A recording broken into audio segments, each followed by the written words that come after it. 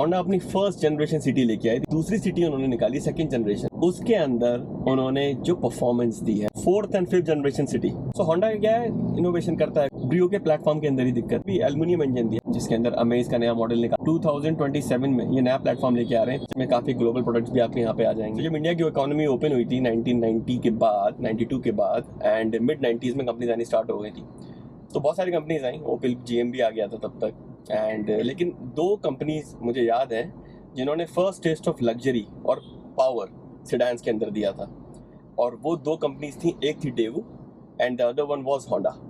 Daewoo की CLO आई थी और वो सीएलओ ने फर्स्ट टेस्ट ऑफ लग्जरी दिया था इंडिया को। उससे पहले हमारे पास स्टीम हुआ करती थी एंड सीएलओ उसके सामने एक स्टेप अप था significantly.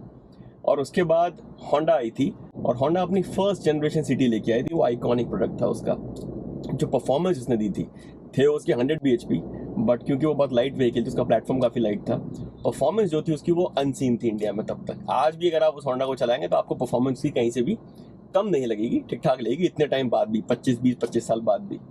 So that's what Honda did to India. और होंडा की engineering, they always try to get solutions, unlike Toyota जिनका बहुत ही सिंपल रखते हैं चीज़ें, वो ये अपना सोल्यूशन निकालने की कोशिश करते हैं। तो ये सिटी जो पहली वाली आई थी, जेम ऑफ अ प्रोडक्ट, और उसकी परफॉर्मेंस ले लें आप, हैंडलिंग ले लें, कॉर्नरिंग ले लें, रिलायबिलिटी ले लें, फ्यूल एफिशिएंसी भी उसकी ठीक ठाक थी, ऐसा नहीं कि बहुत कम थी।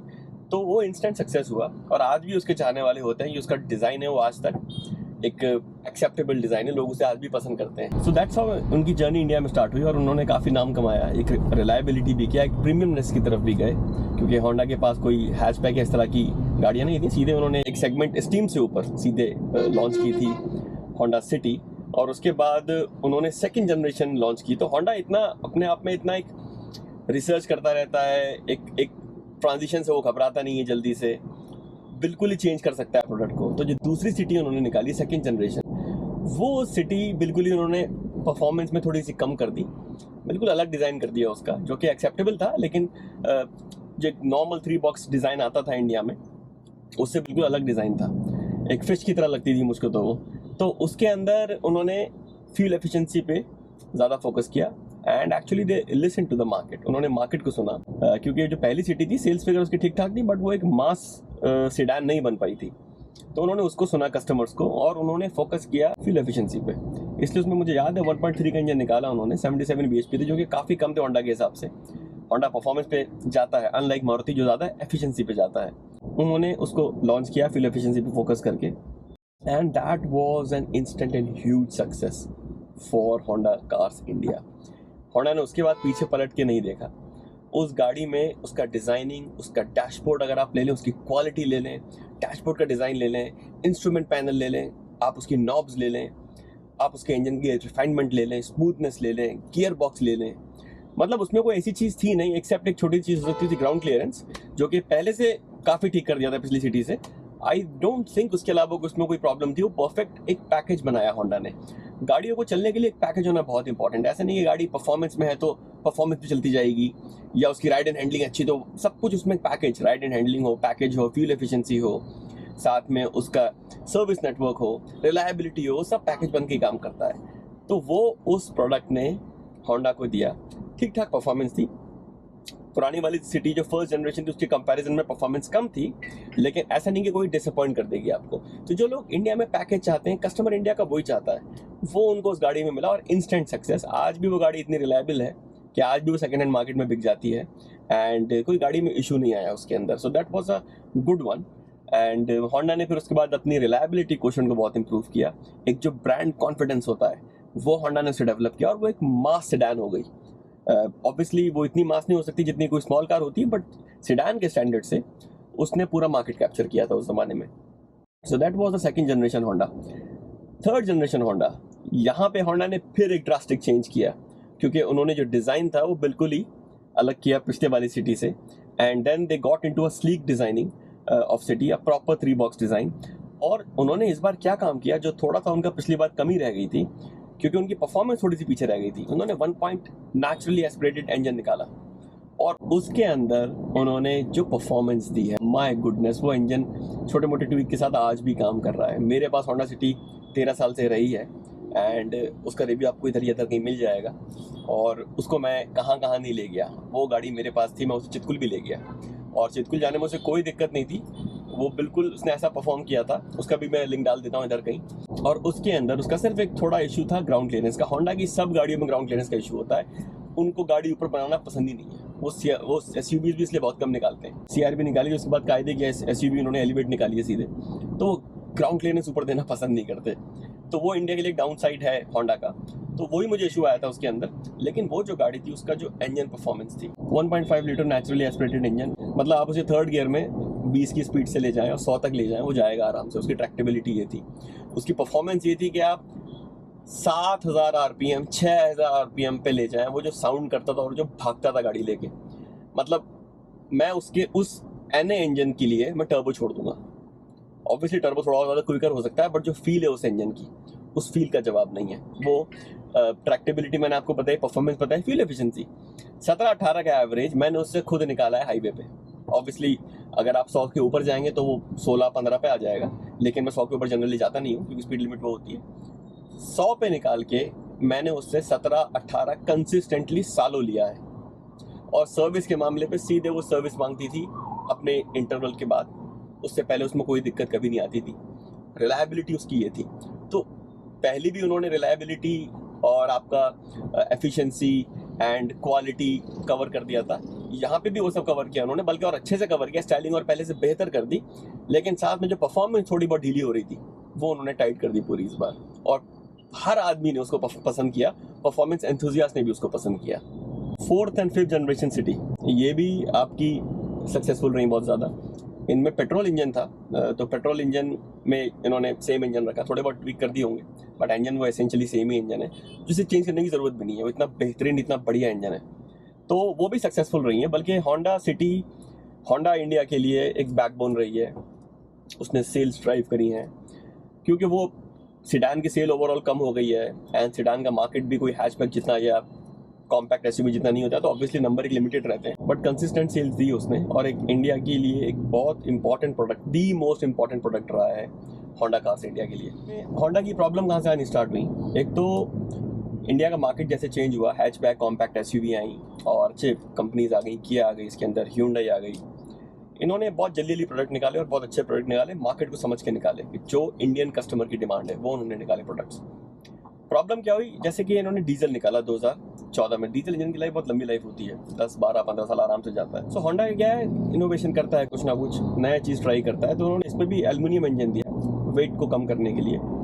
और वो देने के साथ प्रॉब्लम क्या होती है एल्युमिनियम के अंदर, कि उसमें वाइब्रेशन कंट्रोल अच्छे से नहीं हो पाता है। सो अगर आप जो भी डीजल इंजन देखेंगे होंडा सिटी का, आप उसमें देखेंगे कि उसमें वाइब्रेशन कंट्रोल नहीं हो रहे हैं।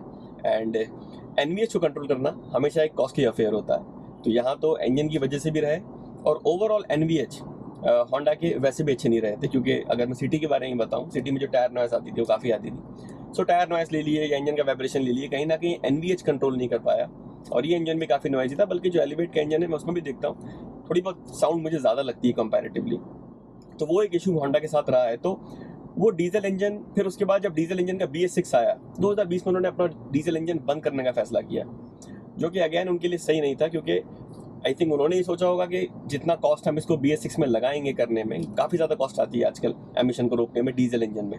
इसलिए काफ़ी कंपनीज इंक्लूडिंग मारुति ने भी, डिस्पाइट उनकी सेल जो थी वो कम से कम 30% डीजल से आ रही थी, 30% बहुत बड़ा चंक होता है, फिर भी उन्होंने डिसाइड किया कि हम इसको बंद करेंगे होंडा ने। बट मारुति की बात अलग है, मारुति के पास प्रोडक्ट और ज़्यादा है। मारुति ने हाइब्रिड भी निकाल दिया, मारुति ने CNG भी निकाल दी, मारुति का पेट्रोल इंजन बहुत अच्छा है, मल्टीपल ऑप्शन भी उनके पास हैं, तो मारुति का अलग सीन है, वो सस्टेन कर जाएगा।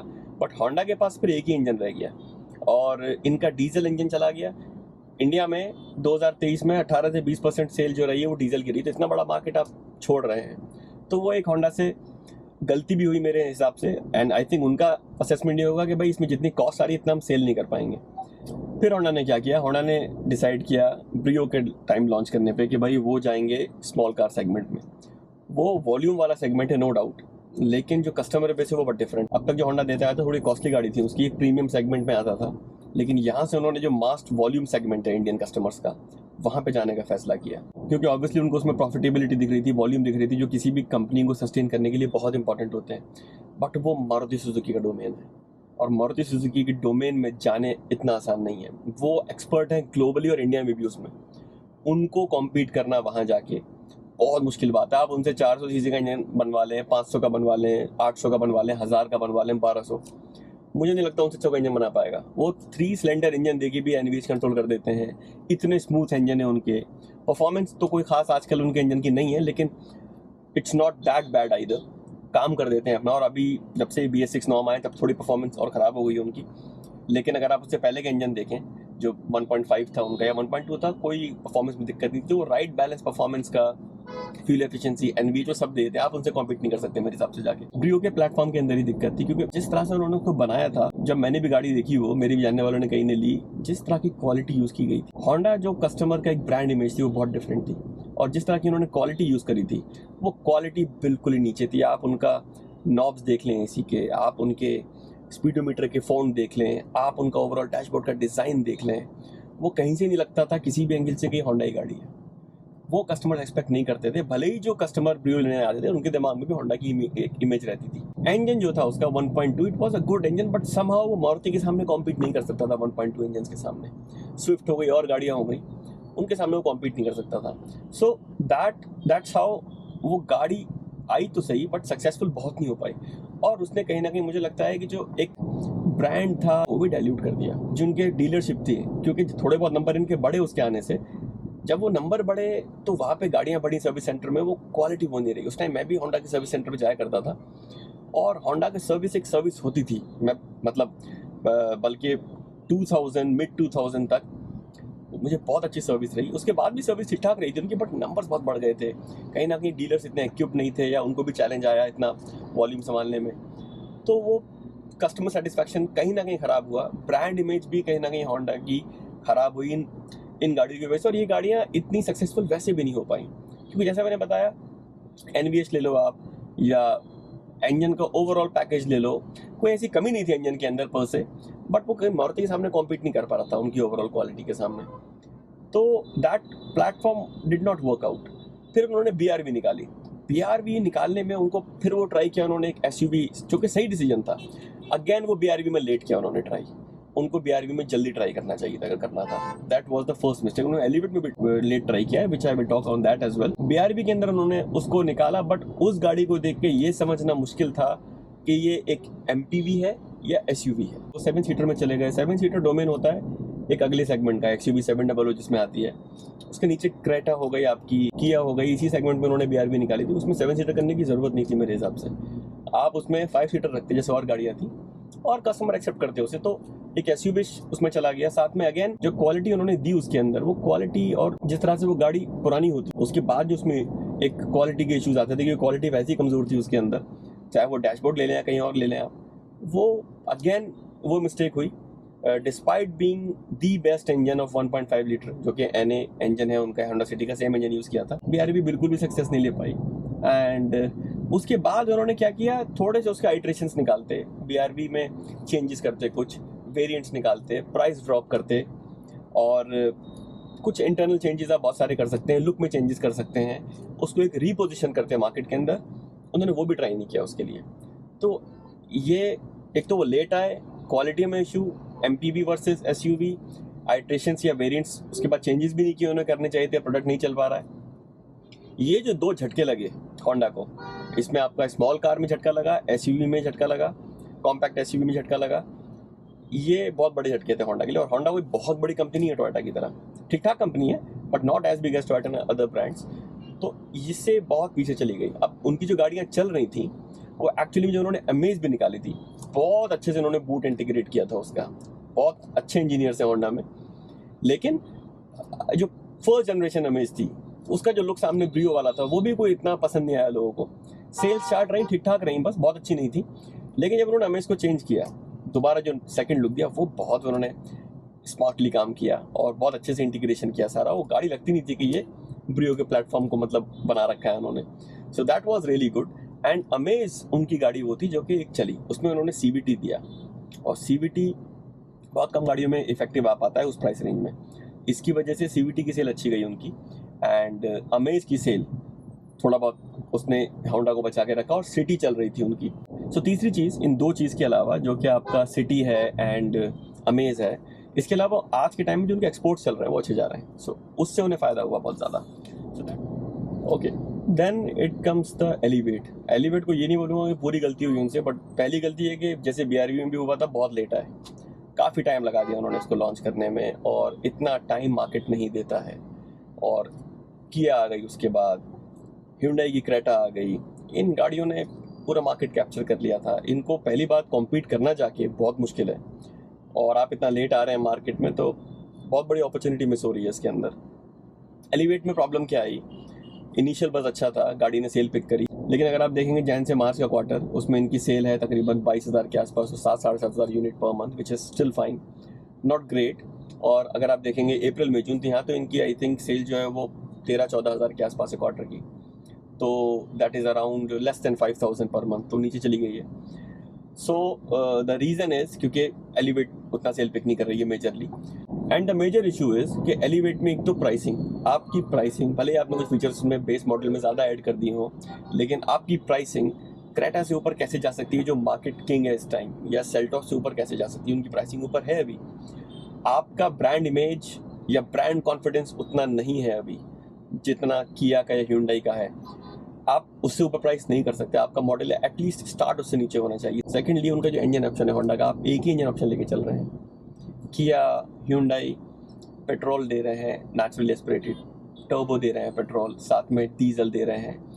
गियर बॉक्स में भी IMT भी उनका आ रहा है, CVT भी आ रहा है, TSG भी आ रहा है, और पता नहीं कितने वेरिएंट्स उन्होंने निकाल रखे हैं अपने। इतने स्टैब्लिश्ड मार्केट प्लेयर में जिनके इतने ऑप्शंस, और आप खाली एक इंजन लेके आ रहे हैं, डीजल आपके पास नहीं आता है, वो बड़ा मुश्किल पड़ेगा कॉम्पीट करना। तो ये दो इश्यूज बहुत मेजर आए होंडा के सामने। एलिवेट अभी उतना पिक नहीं कर पा रही है गाड़ी, despite being good vehicle. Honda ने काफ़ी अच्छे से इसको बनाया, डिज़ाइन भी अच्छा है, क्वालिटी भी ठीक ठाक इन्होंने इसके अंदर रखी है, CVT गियर बॉक्स भी इनका बहुत अच्छा है, अच्छी परफॉर्मेंस देता है, पैडल शिफ्टर भी दिए उन्होंने, एंड कुछ मेजर फीचर्स मिस किए। इंडिया में फीचर्स बहुत मायने रखते हैं, जैसे कि और गाड़ियाँ उस प्राइस रेंज में वेंटिलेटेड सीट दे रही है, इन्होंने नहीं दी, पैनोरामिक सनरूफ दे रहे हैं, इन्होंने नहीं दिया। ये चीज़ें इंपॉर्टेंट हैं बहुत सारे कस्टमर्स के लिए। तो इस तरह के चीज़ें हैं जो फीचर्स में कम, लेट आए, प्राइसिंग ज़्यादा, इंजन ऑप्शन कम, गियर बॉक्स ऑप्शन कम। सबसे बड़ी बात यह है कि जो एक ब्रांड कॉन्फिडेंस होंडा का था इंडिया में, आज के ज़माने में वो ब्रांड कॉन्फिडेंस कमज़ोर हुआ है। Hyundai ने वो जगह ले ली है आके, जो मुझे लगता है किया ने भी काफ़ी हद तक वो जगह ले ली है आके, क्योंकि लोग उनको पसंद करते हैं, उनके में कॉन्फिडेंस है कि ये काम करेगा, ये जाएगा भी नहीं इंडिया छोड़ के कहीं पे जल्दी से।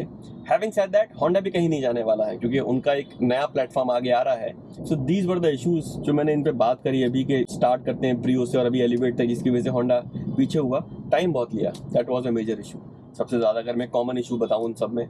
और अगर आप उतना चेंज नहीं कर पाएंगे तो इश्यूज आ जाएंगे। अभी होंडा का प्लान है, होंडा का इंडिया से जाने वाला नहीं है। इंडिया बहुत क्रिटिकल मार्केट है, इसको छोड़ना किसी के लिए भी अकलमंदी नहीं है, और होंडा भी इसको नहीं छोड़ेगा किसी भी हालत में। इनफैक्ट होंडा की प्लानिंग है अभी तो वो कुछ मॉडल्स लॉन्च करेंगे, जिसके अंदर अमेज का नया मॉडल निकालेंगे एक, और जिसमें वो एक एलिवेट में भी कुछ ना कुछ चेंजेस करेंगे। So these they have got the plan, minor changes हैं बट चेंजेस रहेंगे। साथ में इनका जो 2027 में ये नया प्लेटफॉर्म लेके आ रहे हैं PF2 करके, तो PF2 करके प्लेटफॉर्म है जो कि ग्लोबल प्लेटफॉर्म है, जिसको वो लॉन्च करेंगे इंडिया में। इसमें काफ़ी ग्लोबल प्रोडक्ट्स भी आपके यहाँ पे आ जाएंगे, और साथ में ये इलेक्ट्रिक को भी सपोर्ट करेगा। तो आपकी जो नई सिटी आएगी वो इसी पे आ जाएगी। आई थिंक एलिवेट भी इस पे आ सकती है। तो इनके प्लान्स हैं फ्यूचर में, एंड इनके प्लान है कि ये एक मॉडल निकालेंगे जो कि एलिवेट से ऊपर जाएगा to compete with XUV 700. So but all of these things not gonna come in this year. अभी ये 2 से 2.5 साल तक इनकी सिटी, एलिवेट, अमेज पे ही निकालेंगे, इनको चेंजेस लेके आएंगे इसके अंदर ही, वो करेंगे। तो तब तक इनको वेट करना है, but they are not going anywhere. So that is how ये होंडा के इश्यूज़ हैं, जो कि हम सब होंडा से बहुत पसंद करते हैं। स्पेशली मैं तो बहुत ही पसंद करता हूँ होंडा को, जो उनके इंजन है, जो उनका एक सोल्यूशन देने का एक अंदर से ड्राइव रहती है हमेशा। So that's really good. मैं बिल्कुल नहीं चाहता होंडा यहाँ पे पीछे रहे, अच्छी गाड़ी निकालें, कस्टमर से पसंद करें, एंड होप इज़ देयर, क्योंकि होंडा के नए प्लान्स हैं यहाँ पे इंडिया में, और इंडिया को छोड़ेंगे नहीं। होंडा इंडिया से काफ़ी एक्सपोर्ट ड्राइव कर रहा है, तो जो भी है मैन्युफैक्चरिंग यहाँ पे हो रहा है। 2 प्लांट हैं इनके, मुझे एक प्लांट इनका ग्रेटर नोएडा का तो बंद है अभी, दूसरा प्लांट पे काम चल रहा है, और वहाँ से एक्सपोर्ट काफ़ी कर रहे हैं। सो that is really good for Honda.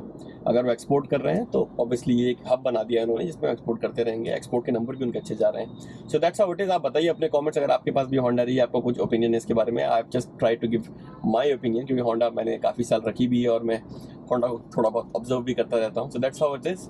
Let me know your feedback and take care of yourself. Bye bye.